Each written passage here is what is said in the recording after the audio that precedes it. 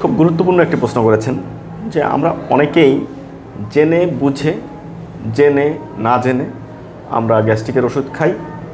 কেউ কেউ 6 মাস, কেউ 1 বছর, কেউ 5 বছর, এমনকি কেউ একদম from the very beginning of life অর্থাৎ ছোটোবেলা থেকেই গ্যাসের ওষুধ খেয়ে যাচ্ছেন। এখন যে প্রশ্নটা করলেন যে মানে আসলে গ্যাসের ওষুধ দীর্ঘদিন খেলে আসলে অসুবিধা আছে কিনা, অসুবিধা তো কিছু আছেই। কারণ আল্লাহ তাআলা যে আমাদের ওষুধ আমাদের যে শরীরের ভিতরে কিছু ন্যাচারাল জিনিস দিয়ে দিয়েছেন সেটা কিন্তু এমনি এমনি দেন নাই, নিশ্চয়ই কিছু কারণ আছে।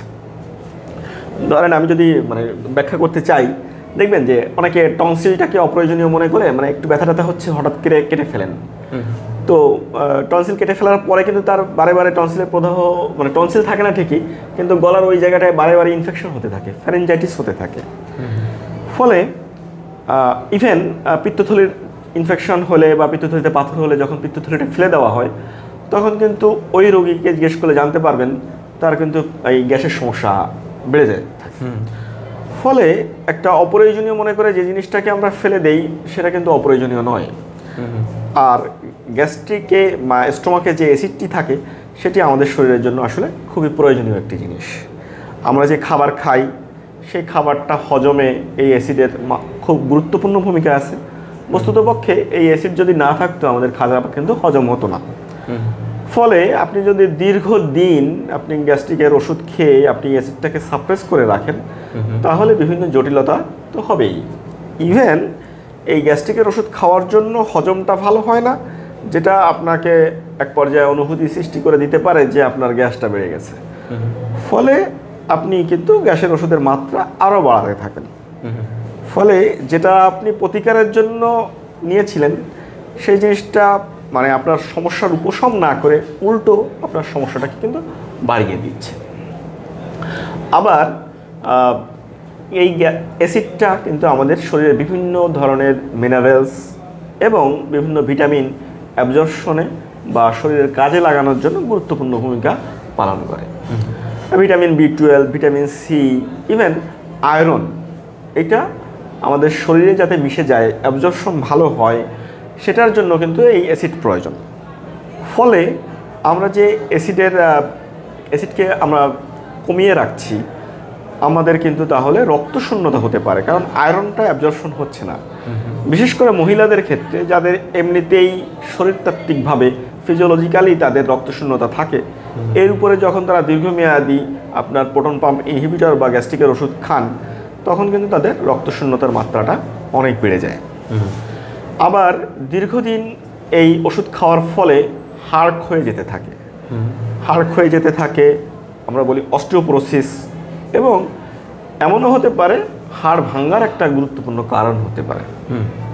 আবার দীর্ঘদিন গ্যাস্ট্রিকের ওষুধ খাওয়ার ফলে অ্যাসিডটা যেহেতু একদম কমে যাচ্ছে, অ্যাসিড কমে যাওয়ার ফলে এই ধরনের রোগীর কিন্তু কি হয়, গ্যাস্ট্রিক যে সেলগুলো আছে এগুলোর থেকে আরও বেশি মাত্রায় অ্যাসিড তৈরির প্রবণতা বাড়ে এবং একটা পর্যায়ে কিন্তু গ্যাস্ট্রিক ক্যান্সারের একটা কারণও হতে পারে। যদিও খুব যে কমন তা নয়, কিন্তু হতে পারে। একজন যদি আপনি হন তাহলে সেটার জন্য আপনার জন্য তো 100%। ফলে এই জিনিসগুলো কিন্তু ওভারঅল আমাদের স্বাস্থ্য ঝুঁকি অনেক বাড়াচ্ছে। কিছু মিনারেল যেমন ম্যাগনেসিয়াম বা এরকম কিছু গুরুত্বপূর্ণ মিনারেলের কারণে কিন্তু আপনার শরীর বিভিন্ন ধরনের সমস্যায় ভোগে। অনেকে দেখবেন হাত পা কামড়ানোর কথা বলে, মনে হয় তার মাসেল ক্রাম্প হয়। এই অনেকে এই যে হাত পা সাইতে দেয় বলে, কোনো জায়গায় বলে কেউড়ি দেয়। এগুলোর কারণ কিন্তু বিভিন্ন মিনারেলের ডেফিসিয়েন্সি।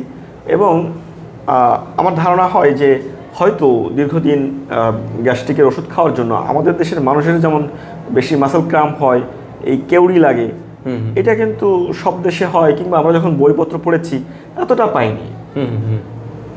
আমার মানে দীর্ঘদিনের অভিজ্ঞতায় মনে হয় যে এটা হয়তো একটা কারণ হলেও হতে পারে।